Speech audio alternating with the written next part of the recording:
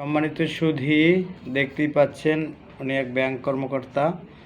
ওনার একটা বেবি নিয়ে সমস্যা ছিল, যা ওনার মুখ থেকে শোনাবো।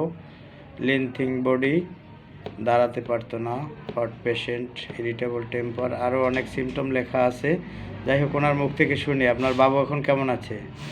আলহামদুলিল্লাহ, আমাদের বাবু অনেকটাই সুস্থ। দীর্ঘ এর আগে হোমিও চিকিৎসার আগে আমরা ঢাকা নিউরোসায়েন্স ডাক্তার দেখিয়েছি, কিন্তু কোনো রেজাল্ট ভালো হয় না। ঠিক আছে, অনেক অনেক চিকিৎসা করাইছি, অনেক টাকা পয়সা খরচ করছি, কিন্তু এখানে আইসা এই হোমিও চিকিৎসায় আমাদের বাবু আলহামদুলিল্লাহ অনেকটাই সুস্থ। আগে উঠতে দাঁড়াইতে পারতো না, হাঁটতে ভয় পাইতো, কিন্তু এখন উঠতে দাঁড়াইতে পারে। সে এখন হাঁটে, সুস্থভাবে হাঁটে, এবং সে কথা বলতে পারতো না, তো এবং কথা বলার জন্য সে এখন অনেক চেষ্টা করে এবং অনেক কিছু উচ্চারণও করতে পারে। ঠিক আছে, দেখা যায় যে আপনারা হোমিও চিকিৎসার প্রতি আরও আগ্রহ হন। এইসব রোগী থাকলে নিয়ে আসবেন, হোমিও ডাক্তার দেখাবেন, হোমিও চিকিৎসা করাবেন। ঠিক আছে, কারণ আমি অনেক টাকা খরচ করছি, কিন্তু কোনো রেজাল্ট হয় নাই, কিন্তু এখানে এসে আমার অনেক উপকার হয়েছে। আমার বাবুর বয়স 2.5 বছর। আমি 1 বছর 1.5 বছর বয়স থেকে চিকিৎসা করা শুরু করেছি, কিন্তু কোনো রেজাল্ট হয় না। কিন্তু এখানে আমি 3 মাসের ভিতরেই আমার বাবুর অনেক পরিবর্তন আমি পাইছি। বাবুর হাঁটার ভিডিওটা একটু দেখান। এই যে আমাদের বাবু হাঁটতে আছে। ঠিক আছে,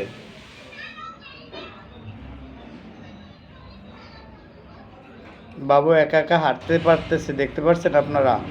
ওই কর্মকারের বাবুর মতো, যে মুসলিম কর্মকার ছিল, তার বাবুটা এভাবে হাঁটতে পারতো না। কত বিশেষজ্ঞ দেখাইছে তারা, পরবর্তীতে ফেল খেয়ে তার পরিবারের সদস্যরা আবার বিভিন্ন জায়গায় অন্যান্য চিকিৎসা দেয়। ওই বাচ্চার না, অন্যান্যদের।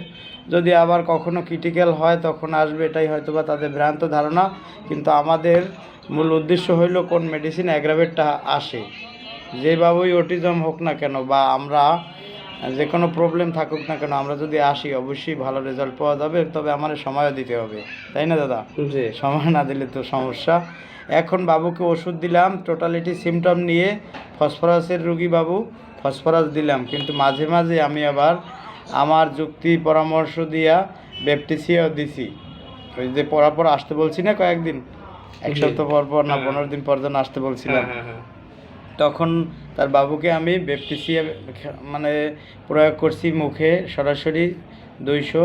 এখন বাবু অনেকটাই সুস্থ, আশা করি পুরোটাই সুস্থ হয়ে যাবে। কারণ প্রতিটা পরিবারের আমরা যত পরিশ্রম করি, এর অর্থ দাঁড়ায় গিয়ে একটি সন্তান। সেই সন্তানটি সুসন্তান হতে হবে, তাহলে বেঁচে থাকার আত্মতৃপ্তিটা ঠিকই ফুটে ওঠে, তৃপ্তি লাগে। তা ভালো থাকুন দাদা, ভালো থাকুন।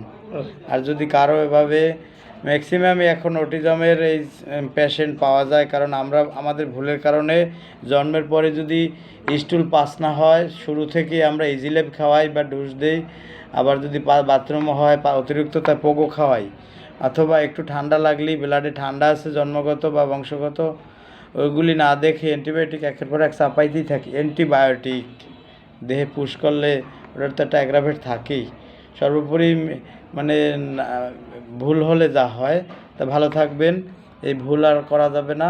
আগামী দিনে যাতে ভুল না হয়, এই সংশোধন করার জন্য এই ভিডিওটি নেওয়া। ভিডিও লং হয়েছে, দেখবেন। ভালো থাকুন দাদা।